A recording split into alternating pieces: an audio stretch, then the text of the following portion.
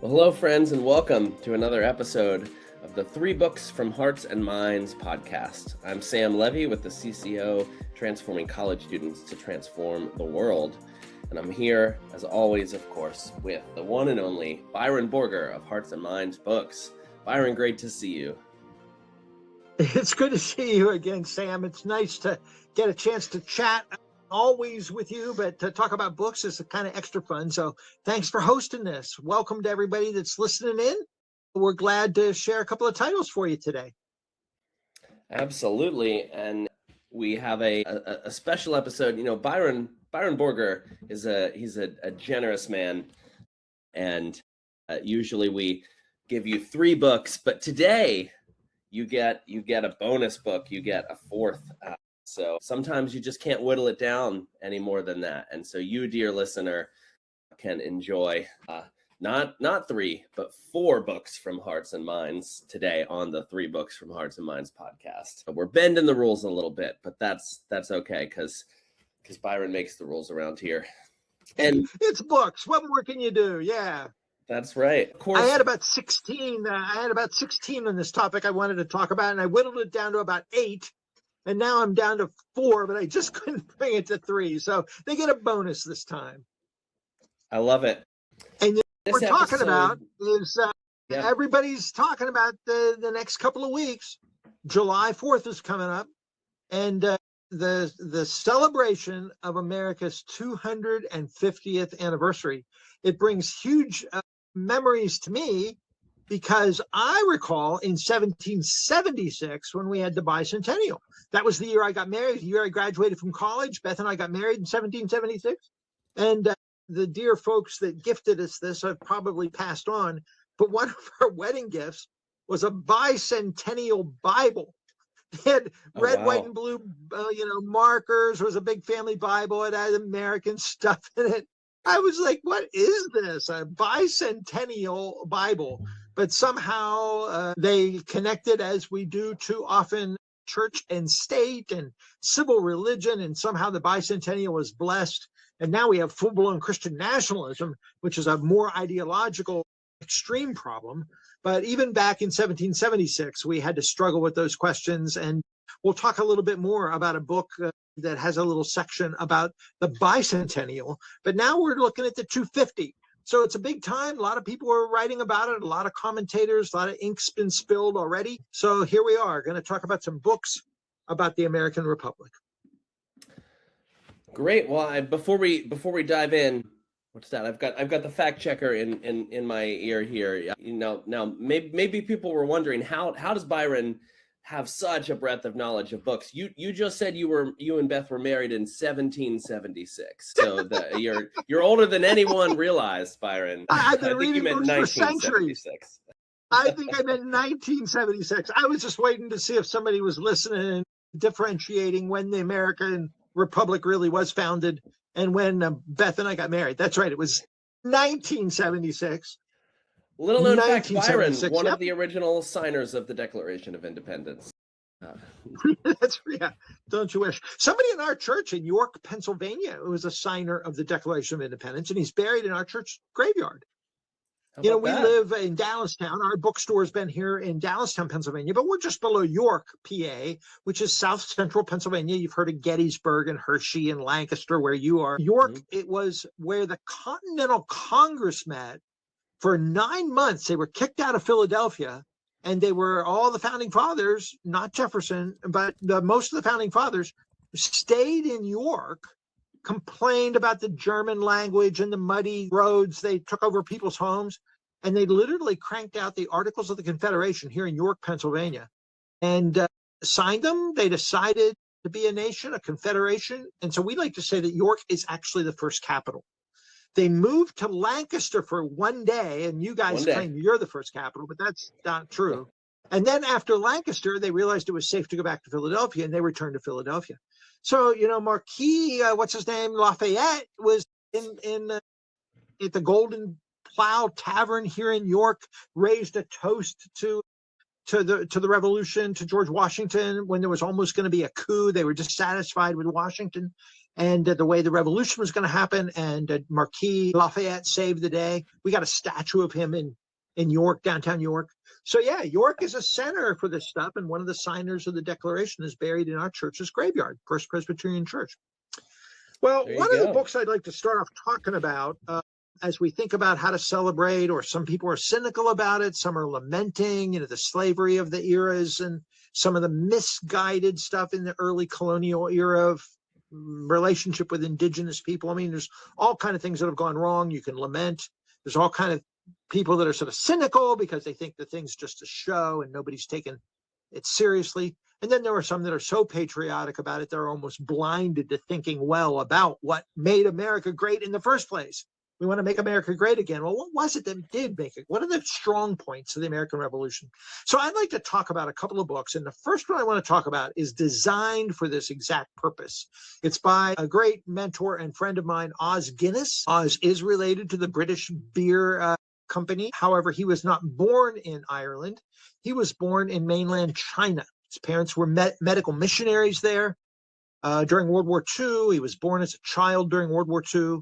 And the Maoist revolution began to happen, and they had to flee for their lives. One of his brothers died of starvation in that journey as they walked across the great country of China. So he has seen this land of his birth and the communists that took over and the ruinous totalitarianism that took over. So he's had a great interest in freedom based on the oppression he and his family experienced when they were expelled from China. Oz has gone on to study under great scholars like the great atheist Bertrand Russell at Oxford. Eventually came to the United States, got a PhD under Peter Berger, the sociologist. So Oz has lived around the world, but he's been an American visitor for many, many years, and he's lived here most of his adult life. And he's probably the most outspoken fan of the American ideas almost than anyone I've ever heard. There are great Christian scholars of the Revolutionary period. The great Gordon Wood just died recently, a Pulitzer Prize-winning scholar of the American era, the Revolutionary era. The Ken Burns documentary happened earlier this year. So there's been lots of good stuff, but Oz is as clear and as helpful and as important a voice as you're going to find, eloquent and thoughtful about the ideas and the intention of the American Revolution. Now, Oz has been writing a variety of things as thoughtful Christian leader about calling and vocation and the Christian mind and not succumbing to the ways of the culture.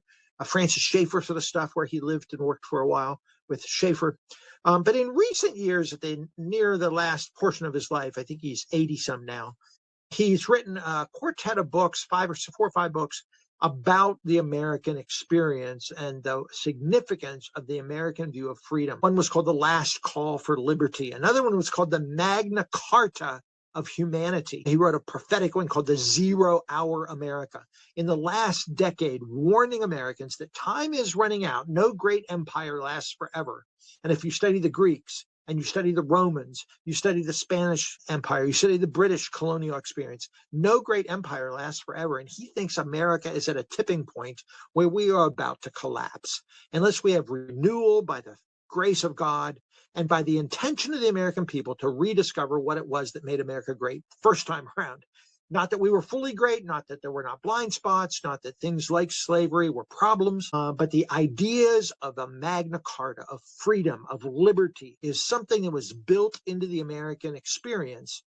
Oz would not say, by the way, as some foolish people do, that America was founded as a Christian country. There's no argument that can be made that says America was intentionally a Christian nation. The people that came over fleeing the church-state repression of America did not want a church and state relationship that was cozy as in England. The whole notion of disestablishment and each state finally coming along and agreeing to not have a church state was significant in the years after the revolution. And so Oz is not suggesting a crass, simple civil religion, and he's certainly not arguing for a dominionist sort of Christian remaking of history that suggests America's founders were all born-again Christians, because they were not. But yet, Oz goes to great length in all of these books to show that the kind of, for lack of a better phrase, social imagination of the theological influences of the Protestant Reformation a Christian sort of worldview, if you will, shaped the earliest days of the English Revolution into the Magna Carta and the English Revolution. The notion of freedom and liberty and human responsibility, of freedom of and from and for religion, was all sort of in the air. Of course, the Enlightenment deism of Jefferson was so relevant. The self-proclaimed sort of truths of secularized humanism that shaped some of the Declaration clearly came out of a rationalism of the Enlightenment era. But besides the rationalism and the deism of the early modernity and the Enlightenment period, there was still a deeper song being sung that goes back not only to Greece and Rome, but before that to the Jews. The Jewish Old Testament worldview, Sinai, shaped our understanding of law and God and covenant and responsibility and nation, that shaped American history because it shaped Western history, it shaped the Reformation, it shaped the British, and it shaped the Declaration of Independence. So America's freedom motifs, Oz would say, although colored by Enlightenment, secularization, and modernity, and Benjamin Franklin and Jefferson, not being Christians at all, they nonetheless hear deeply the Judeo-Hebraic traditions of covenant. And so Oz goes a long way in talking about the covenantal nature of the American experiment, that it was the only nation created by intention with ideas. Most nations are never created with intention and ideas, drawing on such rich theological substance from the Jews into the Protestant Reformation and into the Magna Carta. So his latest book really gets at that. It is called A Freedom Like No Other, America 250 and the Restoration of the American Republic. He cranked this out pretty quickly. He's been working on this for years, as I've said, writing these other important books that look at the Hebrew nature of the covenant and how the Hebrew nature of the covenant shaped public theology in the time of the Reformation and into the British tradition, lex rex, the law is king, where we get the notions of the rule of law, where we get American ideals from the Constitution, deeply rooted in somewhat of a Hebraic worldview. It's not to say America's a Christian country again. He's not going there. But he is saying that there are important ideas and intentions that have their roots in a Hebrew worldview that cannot be denied. Well, this new book is basically saying that. And he's saying, look, America at 250 is being influenced by people like Trump talking about MAGA, make America great again. He said, we will never make America great again until we know what the great ideals of America first were. And so this is a primer of explaining the key principles of freedom and liberty and human responsibility that come from a covenant pluralism and a biblical understanding of public life. What he does in here, the first chapter is called Sound the Shofar. The shofar, the Hebrew instrument that is played during times of battle or warning or celebration. We need to sound the warning with a shofar to get a Hebrew understanding of how the Egypt of the pharaohs oppressed the people, and Moses said, let my people go. And how later, after exile, again, freedom motifs of returning to the promised land, that there is this hope and promise of covenant that influences how we should think about public theology from the Torah and from the history of liberation and the law of Sinai. After this long chapter, Sound the Shofar, where he gives the plea for America to pay attention to this stuff, he then lists about a dozen principles that he thinks are, if not inherent and explicit in the Constitution, are at least implied by the founders' worldview. And if we listen to the founders and their principles, you'll come up with these 12 things that we have to know is what really makes America great at its best. Let me just read the chapter titles to you. Authority, that there is a notion of where authority comes from. Dignity, that we are made in God's image and all humans have an essential worth. Therefore, self-government is important because we all have a role in this, because we have human dignity for choice. Sanctity, liberty, responsibility, morality is a chapter what he calls reciprocity that leads to harmony. Fallibility, which is sort of a humility thing. We realize we could be wrong. You don't set up kings that have all authority and the divine right of kings. So harmony, then fallibility, accountability, because if you have fallibility, if things can go wrong, somebody has to be held accountable. So you need checks and balances and so forth. Civility, because all this is messy. So you have to talk about it well and decently. So there's a civility built into things. And what he calls fidelity. You learn even fidelity in marriages, truthfulness, trust, commitment, loyalty. These things emerge from the family structure where we're loyal to one another in our families. So fidelity emerges as we become loyal patriots of the country. So America's 250th anniversary, he says, to renew America, we have to revisit what was really important about 250. He's going to offer just not another round of outrage about how things went wrong, although he admits that. And he's not going to just cover over the sins. He admits those.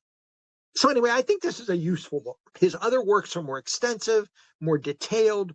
But if you know Os Guinness, he makes 10 points, and sometimes they all have the same letters. He'll have 4 points, and they're all related. You know, he has sub-points and sub-letters, and it all hangs together. His mind is, I don't want to say Byzantine, but it is deeply complex and organized. And so the structure of diverse arguments that all hang together and all relate to one another, and he in one fairly thin book, it's not even 200 pages, he gives a clear and dramatic argument for why we have to pay attention to the best of the American experiment and the ideas, where they came from and what they may lead to today if we have humility and civility and accountability and checks and balances and a responsibility, almost like a triangle, where you need freedom of religion so that people can be shaped into care, so that they can do self-government and argue for religious freedom. Because you'll end up with tyranny if you don't have the checks and balances, but you'll never have the freedom to argue for the checks and balances if you don't have liberty. But you can't have liberty unless people are morally framed. So it all kind of is a triangle for him, that you need personal responsibility and public responsibility and freedom and liberty, all in the name of pluralism and justice. It's a really thought out book, and I just wanted to highlight this one. You know, Abraham Lincoln himself said that we could die by suicide as a country if we're not careful. And it's almost a fear that Oz has, that the freedom that we have, we take for granted, and we allow it to lead into apathy and mammon and self-indulgence, and we dig our own graves in a certain sense. And so then what has to happen in that kind of a harmful culture of ultimate freedom and mammon and self-indulgence is now you need a tyrannical government to bring a strong man in to create law and order. And so law and order comes in because you've overemphasized freedom. So if you don't have the balance of freedom and responsibility, of liberty and justice, everything gets out of kilter. But when you put it into harmony, you get the whole big picture, and that's what's going to make America great. A Freedom Like No Other by Os Guinness, or any of his many books on these themes, are one place to start this conversation, I think. That was a lot, huh? Yeah. What do you think? Yeah, but it's such a, there's one of the big conversations going around surrounding the 250th anniversary of the U.S. is, you know, what is it? How do we tell the story of this nation, and what does that story mean? And of course, there's the, you know, as you mentioned, the historically dubious versions of that story, and just the outright, fiction that, in the ways that sometimes the story is told. But there's also, I think, a number of, true and accurate ways that we can tell that story, depending on what we focus on, depending on, what we prioritize. And this is, I think, an important contribution to that conversation, as are these other books that you have for us this morning. I say this morning, I don't know what time it is for you listeners. We want to hear the cries of those that were marginalized. I mean, women couldn't vote, of course. And now there's movements like Doug Wilson and others that are even saying women shouldn't have the right to vote now. I mean, we got to watch out from any sort of overemphasis of a romantic vision of the colonial powers, as if they had it completely right, and as if the indigenous people that they slaughtered don't matter. If we don't mention the genocide of the native peoples and the chattel slavery and the abuse of women and children, if we don't look at that, we're missing the picture. But if you only dwell on that, you miss the important ideas that are better than Machiavelli, that are better than David Hume, that are better than the Enlightenment theorists that have created government ideals that never quite took off. America is an empire that's based on better ideas because these brilliant guys that did the framing and the founding did grapple with the best of Enlightenment ideals, but they rooted it in a Christian Judeo-Hebrew worldview of covenant. So I don't want to make it sound like I'm part of the Christian right or the dominionists or the people that mock being woke. We need to be woke and care for the poor and the oppressed and the marginalized, and that happened even in the beginning of the American founding fathers.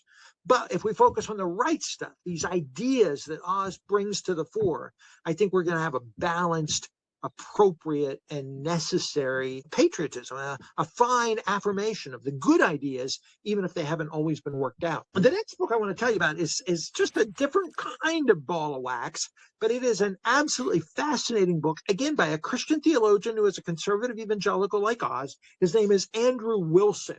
Wilson got his PhD from the King's College in London, and he is, again, a preaching pastor now in London. So we got two Brits here that have studied at Cambridge and Oxford. This guy wrote a book called Remaking the World. Came out about 2 years ago. The subtitle is How 1776 Created the Post-Christian West. If we're going to celebrate the ideas and intentions of the American founding fathers and glory in what happened in 1776 with their ideas in the American Revolution, we also have to ask, what baggage came along with that? When they had their visions of a new revolutionary regime that was going to be a republic through democracy, where did that notion of liberty lead? And he looks at a bunch of stuff that happened in 1776 that created the modern world for better or for worse. And so this is sort of a social history of 1776. And he literally looks at different things, different items. It's sort of a way of doing history these days that you've heard about, where you look at items and say, what do these items stand for? Here are the items as he looks at the roots and the wider world that was changing with the Enlightenment and science and education and all the things going on in the late 1700s. In the 18th century, he looks at this stuff. Here's the stuff that he looks at. He looks at maps, how maps were created, and he says that we came with this notion of becoming Western. The Western world was no longer Europe that was connected to Eastern Europe, which is a connection to the subcontinent and the Middle East. There's now like a whole new player in the world, and it's called the West. After maps, he looks at patriots. He looks at the tricorn, had the three-sided hat, and how that led to this notion of becoming democratic. Then in a certain sense, democracy had a new, fresh taste, unlike England, where you had the monarchy still. The next chapter is lights, and he talks about education, actually, there, how you could read at night, the beginning of lights. He looks at skeptics that were created, and that's becoming ex-Christian, people that drifted away from true Christian Orthodox doctrine, like some of the founding fathers did, who in fact had become skeptics, and that becomes part of the Western drama. Machines, things began to become industrialized, and he shows how the American Revolution and what was going on in 1776 helped create and push forward the Industrial Revolution that was to come. He looked at the notion of romance. There's a chapter called Lovers, and the letters, and the notion of family, and the notion of women, and the notion of relationships changing and becoming more what he calls modern. It's a different sort of, not arranged marriages, and not that there was not true love and romance in Europe before the American Revolution, but romance took on a new experience in modernity, and it became romanticism, as we talk about. He looks at profits, the notion of becoming rich. There are obviously oligarchs and people that were wealthy in Russia and in the monarchy of Europe. I mean, any old show you watch on TV, you look at like, man, look at those palaces, what they were like in the Middle Ages, at Venice with Mozart and these guys. The palaces are stunning, the gold. Granted, there was wealth always. Think of Pharaoh. But somehow with the rise of capitalism, there is a change in how capitalism shapes the West. And he looks at that. Our responses of grace and freedom and truth from Christians about these shifts in culture, about the rise of modernity, about the rise of the secularized West. This book is an extraordinary social history that is just creative. It's the big picture. It looked what came in the wake of the American Revolution, and it's a witty guide, through the year of 1776 into surprising ways that reverberated even up into late modernity today in the 21st century. So this Remaking of the World, published by Crossway, how 1776 helped create the post-Christian West. That's the bigger picture. It's less about the American Revolution and the ideas and the intents of the revolution, but it's kind of the rich, cultural history that sort of shows how it all played out. Fascinating book. Unlike most books you're going to hear about in the top 10 books about the American Revolution, it's not the stuff you're going to hear. But I think this conservative analysis of the culture of modernity and industrialization and education, what made the West the West. Fascinating stuff. Fantastic. Well, what's next? Okay, the next one is, I'm going to just describe very simply. I won't go into it to detail, but if there's any history lovers out there, we are celebrating America's 250th anniversary. I mentioned the bicentennial in 1776 that I lived through. There was a centennial 100 years before that. This is not the first time America has rallied to renew our commitments and our visions and celebrate with great patriotism the strengths of our nation. This is a book called The Memory of 76, The Revolution in American History. And what he means by that is the understanding of the revolution as it changed throughout American history. They understood the revolution 10 years after it happened in a slightly different way than the way George Washington talked about it when he was in the trenches at Valley Forge. We understood the revolution slightly differently 25 years later. 100 years on, during the centennial, they pitched it yet a different way.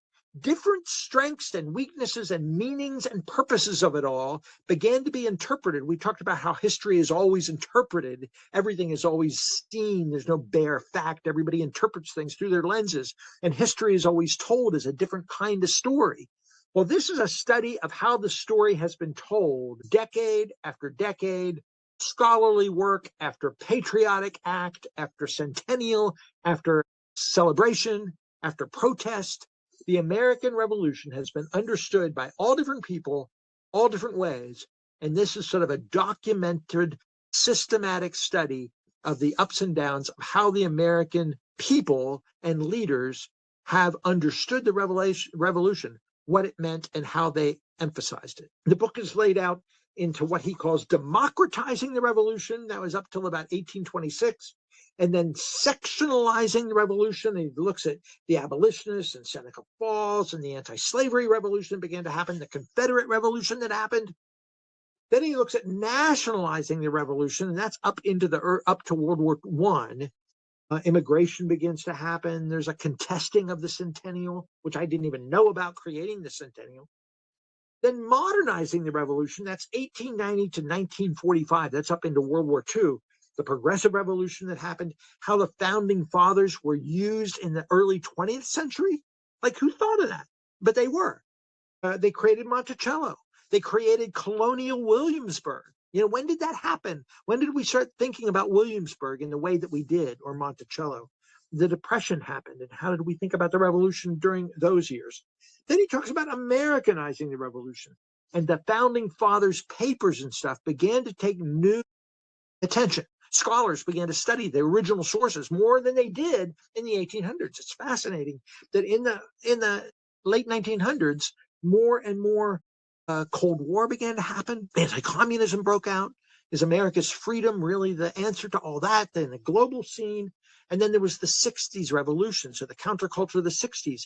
The yippies wearing American flags. So how has America been understood through its grand history? In part 6, he looks at the bicentennial. I read that chapter first, actually, because I lived through it. And there was something called the alternative bicentennial, run by a guy named Jeremy Rifkin. We tried to get him at Jubilee once. Jeremy Rifkin, a scholar who wrote understandings of American history in a slightly different way, fighting big business, actually, in the corporatization of America. And he had what was called the counter people's bicentennial. I was actually part of that a little bit, the people's bicentennial. And there's a whole chapter on that in here. And then he says there's an afterlife of the bicentennial. and what's going to happen next. And the book came out earlier this year, but it was almost predicting how we're going to experience 250 as we continue this story of interpreting the revolution in different kind of ways. So for people that kind of want to understand how we celebrate America, what it's meant in different eras, it's an American history, always saying, how did we understand the founding fathers to shape our history today? What a great, great book. It's on Yale University Press. Michael Hattem, for history buffs out there, you're going to want to know it. I'll tell you one last one real quick. This is a book by Yuval Levin, I think is how you say his name. I used to say Levin, a Jewish scholar, a conservative Jewish scholar that many, many people admire for his fruitful thinking about how, others have said this as well, how in America and any culture, you have institutions of power and you have individuals and families. But what we really need is civil society or mediating structures, schools and churches and PTOs and labor unions and farm granges and coffee shops, even like all these nonprofits and art institutions and sports teams. You got institutions that people can care about and that sort of mediate the big public sphere and your personal sphere. And a robust society needs civil society. We need bureaucrats and organizations and school unions and teachers and associations, right? So that's kind of what Yuval is known for. That cultural renewal just isn't us as individuals and the government. There's other agencies and institutions. Well, he is known for that. But in this particular book, he looks at the American Constitution. It's called American Covenant, How the Constitution Unified Our Nation and Could Do So Again. He's inviting people left, right, and center to the table around the conversation of what does the Constitution really mean. So you have the great sort of progressive scholar that I mentioned in the beginning, Gordon Wood, won a Pulitzer Prize. He wrote a wonderful book called The Creation of the American Republic, a mainstream elite historian, Pulitzer Prize winner, just died. You have him endorsing the book on the back, and he says, because we Americans have forgotten how to disagree with one another, forgotten how to collaborate and compromise, Yuval Levin contends, in clear and persuasive prose, that the United States Constitution offers us a welcome framework for promoting our desperately needed national unity. Indeed, no one has ever explained so authoritatively and so judiciously the significance of the Constitution for the health of our civic life as Levin has in this brilliant book. He says it's an extraordinary achievement. In other words, it's a book about the Constitution that isn't primarily about law. It's not only about the Supreme Court rulings of what is constitutional, but how the framework of the Constitution brings together a sense of checks and balances and freedom and liberty and all the stuff Os Guinness talks about into civic life. And that if we could have a conversation around the deeper meaning and implications of the Constitution, not just for jurisprudence, for law scholars, but for ordinary folks, it could deepen our civic engagement and our civil society, those mediating structures that I mentioned. So this is a book about the Constitution for ordinary folks, not legal scholars, and for how we could come together to learn to agree and disagree better in a polarized culture by all of us paying more attention to the Constitution. So not only does it have Gordon Wood, a progressive elite historian, Ben Shapiro, a rather feisty conservative voice. He says Levin may be the most important voice in the political culture right now. His serious solution-based thinking is an excellent corrective to the current moment, which is seemingly all about focusing on division rather than rebuilding a common sense of purpose. He says this new book is part of the solution. So reading this book is going to help us do the stuff, whether it's the history stuff, whether it's the critique of modernity, or whether it's Os Guinness's principles about the founding fathers. All of this podcast could begin to happen if we pay a little bit more attention to the Constitution through the guidance of this Jewish scholar, Yuval Levin. So there you go. 4 different books about this great moment we're facing, insights that I've learned from them. I've only skimmed some of these. I've studied other ones carefully. I would invite our listeners to just dig in and get a couple of these books and spend the rest of the summer doing what everybody else is doing. We should do it better. We should study and learn and think well to be discerning without falling into the stuff we started about talking about. People that only complain about America, or people that make an idol out of it. People that want to gloss over the dangers, or people that want to just stick in the problems.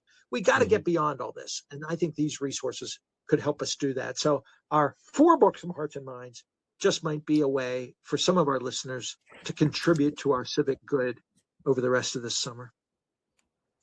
Well, that's great. Plenty of things to think about, plenty of good books to read. So thanks for listening. If you would like to place an order for any of these 4 books this week, or anything else from Hearts and Minds, the link is the first one in the episode description. That'll take you to the order form at the Hearts and Minds website, and it's 20% off any books mentioned in this episode that you order. We would love to hear from you about what you're reading and what you're thinking, and we'd love for you to share this with your friends, like, subscribe, and share widely. And thanks for giving your time to think about books with us today. So for Byron, Hearts and Minds Books, and the CCO, this has been another episode of the 3 books, but today 4 books from Hearts and Minds podcast. Thanks, friends.